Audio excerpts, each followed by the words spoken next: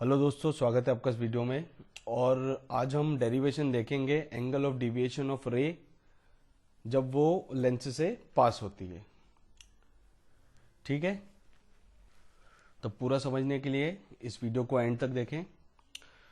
तो यहाँ पर मैं कॉन्वेक्स लेंस का यूज़ करके डिविएशन जो होता है इंसिडेंट रे में वो निकालना मैं आपको बताऊंगा। अब जो डिविएशन होता है वो हम प्रिज्म में भी देखते हैं, वैसा सेम टू सेम डिविएशन यहाँ पर लेंस में भी हमें देखने को मिलता है। तो सबसे पहले हम एक इंसिडेंट रे कंसिडर करेंगे। ये एक ऑब्जेक्ट ओ के कारण मैंने इंसिडेंट रे बनाई है। अब जब ये इंसिडेंट रे लेंस में एंटर करेगी तो ये रिफ्रैक्ट होगी और ये कॉन्वर्ज हो जाएगी। और कॉन्वर्ज होने के बाद ये जो पॉइंट है आई, यहाँ पर इस ऑब्जेक्ट की इमेज फॉर्म होगी। अब अगर हम ये जो इंसिडेंट रे है इसे एक्सटेंड करें आगे, तो ये जो एंगल है ये कहलाएगा डिविएशन और उसे हम डेल से रिप्रेजेंट करेंगे।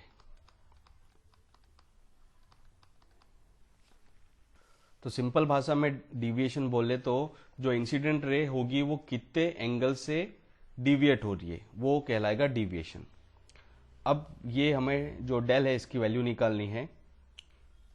ये जो हाइट है उसे हम h मान लेते हैं और ये एंगल हो गया अल्फा और ये एंगल हो गया बीटा।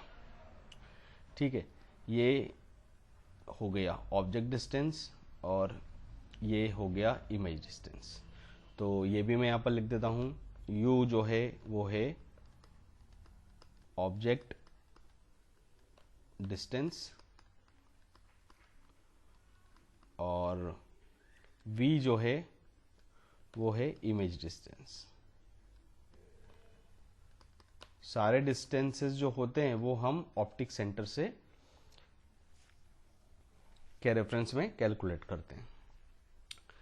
ठीक है, अब यहाँ पर एक ट्रायंगल बनता हुआ मुझे दिख रहा है और ये जो एंगल ऑफ डिविएशन है वो एक्सटीरियर एंगल की तरह है इस ट्रायंगल के लिए, जो यहाँ पर हम देख सकते हैं।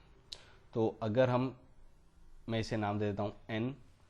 सो फॉर ट्रायंगल ONI जो एंगल डेल है वो एक्सटीरियर एंगल की तरह है और जो एक्सटीरियर एंगल होता है वो बराबर होता है sum of two opposite interior angle. तो जो डेल है वो बराबर होगा अल्फा प्लस बीटा के। ये डेल हमें फाइंड करना है और ये अभी अल्फा और बीटा के टर्म्स में है। तो हमें यहाँ पर अल्फा और बीटा की सबसे पहले वैल्यू निकालनी है। तो अभी हम मान लेंगे कि अल्फा और बीटा ये दोनों स्मॉल एंगल है। Alpha and beta are small और यहाँ पर हमें फॉर्मूला यूज करना है angle equals to arc upon radius. ये हमको फॉर्मूला यहाँ पर यूज करना है। तो इस तरीके से जो अल्फा की वैल्यू है वो हो जाएगी h बाय, अब यहाँ पर वैल्यूज पुट करने टाइम हमें यहाँ पर साइन कन्वेंशन का भी ध्यान देना है। तो प्रिंसिपल एक्सिस के ऊपर जो हाइट है वो पॉजिटिव लेना है और ऑप्टिक सेंटर के लेफ्ट हैंड साइड जो डिस्टेंस होगा उसे नेगेटिव लेना है। तो अल्फा हो जाएगा h बाय माइनस यू और जो बीटा है वो हो जाएगा h by v. Optic centre के जो राइट हैंड साइड से का जो डिस्टेंस रहेगा वो पॉजिटिव लेते हैं। ये वैल्यूज हम यहाँ पुट कर दें। सो डेल हो जाएगा h by minus u plus h by v. h हम कॉमन ले लें तो डेल को हम ऐसा लिख सकते हैं 1 by v, h into 1 by v minus 1 by u. अब 1 by F equals to 1 by v minus 1 by u होता है। ये वैल्यू हम यहाँ पर पुट कर दें। सो डेल हो जाएगा h बाय एफ। ये आ गया डिविएशन के लिए फॉर्मूला। अब जो डिविएशन है वो डायरेक्टली प्रोपोर्शनल है हाइट के, मतलब जितने ऊपर इंसिडेंट रे जाएगी लेंस के ऑप्टिक सेंटर से, जितना ऊपर इंसिडेंट रे जाएगी उतना ज़्यादा क्या होगा डिविएशन, और इन्वर्सली प्रोपोर्शनल है किसके, फोकल लेंथ के। ठीक है, ये जो f है यहाँ पर क्या है, फोकल लेंथ, v है इमेज डिस्टेंस और u है ऑब्जेक्ट डिस्टेंस। तो जितनी कम फोकल लेंथ होगी उतना ज़्यादा क्या होगा, डिविएशन होगा। अब डायग्राम का यूज करके समझेंगे कि जो डिविएशन होता है वो जो हाइट है और जो फोकल लेंथ है उस पर कैसे डिपेंड करता है।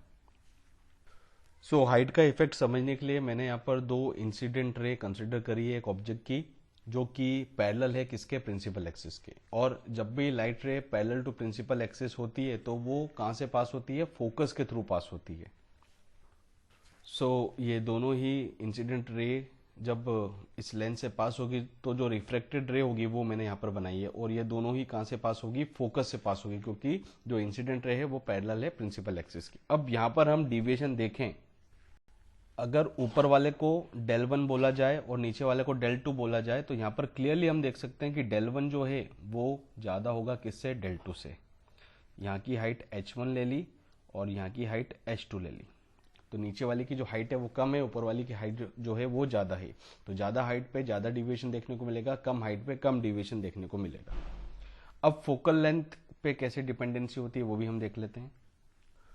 फोकल लेंथ पे डिपेंडेंसी देखने के लिए यहाँ पर मैंने दो लेंथ्स कंसिडर करे, और जो हाइट है इंसिडेंट रे की प्रिंसिपल एक्सिस से वो ऑलमोस्ट यहाँ पर सेम है। बस अंतर यह है कि दोनों ही लेंस जो है उनकी फोकल लेंथ अलग अलग है। पहले की फोकल लेंथ इतना डिस्टेंस है, दूसरे का फोकल लेंथ थोड़ा सा बड़ा मैंने बनाया है। अब यहाँ पर हम जब रिफ्रैक्टेड रे बनाएंगे तो वो रिफ्रैक्ट होके फोकस से पास होगी।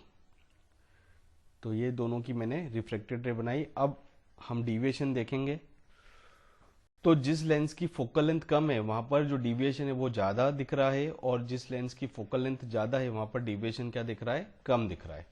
तो यहां से हम क्लियरली देख सकते हैं कि जो डिविएशन है वो इनवर्स रिलेशन में है किसके, फोकल लेंथ के। और डिविएशन निकालने का जो फॉर्मूला है वो हो जाएगा h/f। ठीक है, तो ये पूरा वीडियो था एंगल ऑफ डिविएशन ऑफ रे when it passes through lens. और आशा करता हूँ कि आपको ये वीडियो अच्छा लगा होगा, और वीडियो अच्छा लगा तो उसे लाइक कीजिए, शेयर कीजिए। चैनल पर नए हो तो सब्सक्राइब करना ना भूलें, नोटिफिकेशन बेल को प्रेस करें ताकि जैसी नया वीडियो अपलोड हो आपको तुरंत उसकी इन्फॉर्मेशन मिल जाए। Thank you so much, thank you for watching.